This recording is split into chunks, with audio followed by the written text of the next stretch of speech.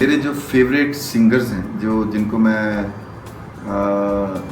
कह सकता हूँ कि पूछता हूँ, उनको सुनता हूँ, उनकी नकल करता हूँ, उनके अंदर की जो चीज़ें हैं उसके ऊपर विचार कर कर के कुछ ना कुछ सीखता रहता हूँ। वो 5 जो सिंगर्स हैं, गायक हैं, गवैये हैं, वो सबसे पहले मैं नाम लूँगा रफ़ी साहब का।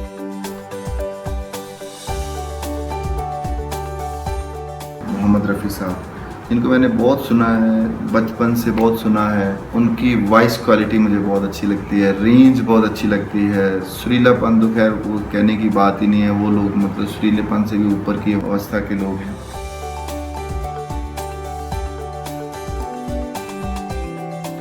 लता जी हैं, लता मंगेशकर जी, वो उनकी आवाज़ की सारी दुनिया कायल है।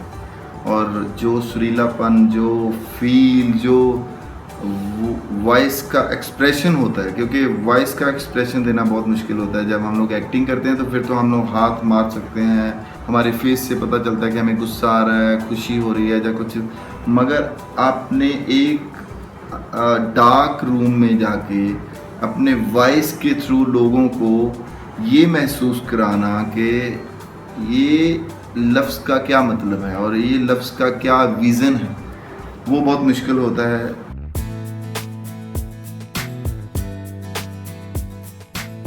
लता जी के बाद मैं अगर पंजाबी के ऊपर आऊँ तो गुरदास मान साहब कमाल के सिंगर हैं, कमाल के परफॉर्मर हैं।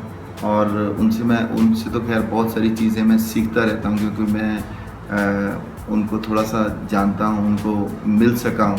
सबसे पहले मुझे याद है बब्बे हाली एक पिंड है गुरदासपुर में, जब मैं 9th 10th क्लास में था, जब उनको हम लोग स्कूल से भाग के वहाँ से मतलब फरलो लगा के हम लोग उनको सुनने गए थे। वो आज तक मुझे याद है। बहुत गर्मी के दिन थे, हम लोग अपनी टी शर्ट उतार के अपने को पंखा करते थे, हवा लेते थे उसकी। तो उस टाइम से उनको फॉलो करते आए हैं, उनको देखते आए हैं, उनकी जो परफॉर्मेंस है उसका मज़ा लेते आए हैं, उसकी जो बहार है उसको मानते आए हैं।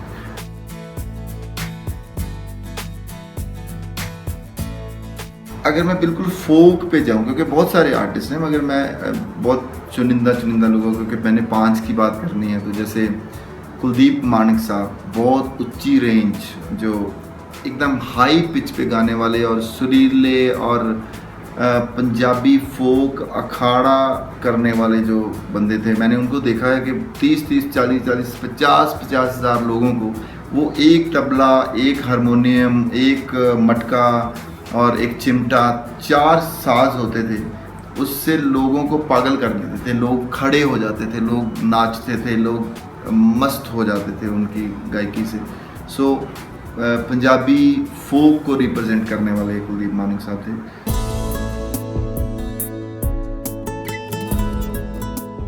उसके बाद अगर मैं बात करूं सूफ़ी म्यूज़िक की, उसमें बहुत सारे लोग हैं, मगर अगर एक किंग जो है वो है नुसरत फ़तेह अली खान साहब। नुसरत साहब के बारे में जब मैं बात करता हूँ, मुझे लगता है कि उन्होंने अपने संगीत का जो बीज है उसको बिखेरा है दुनिया में।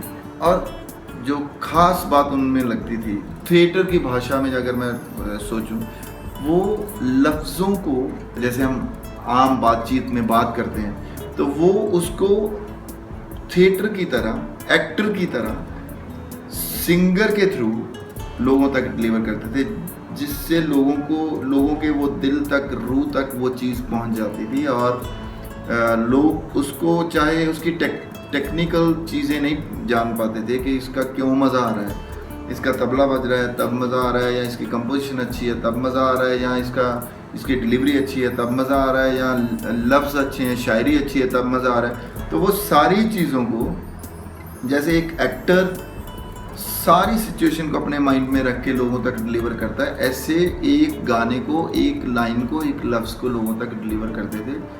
सलाम।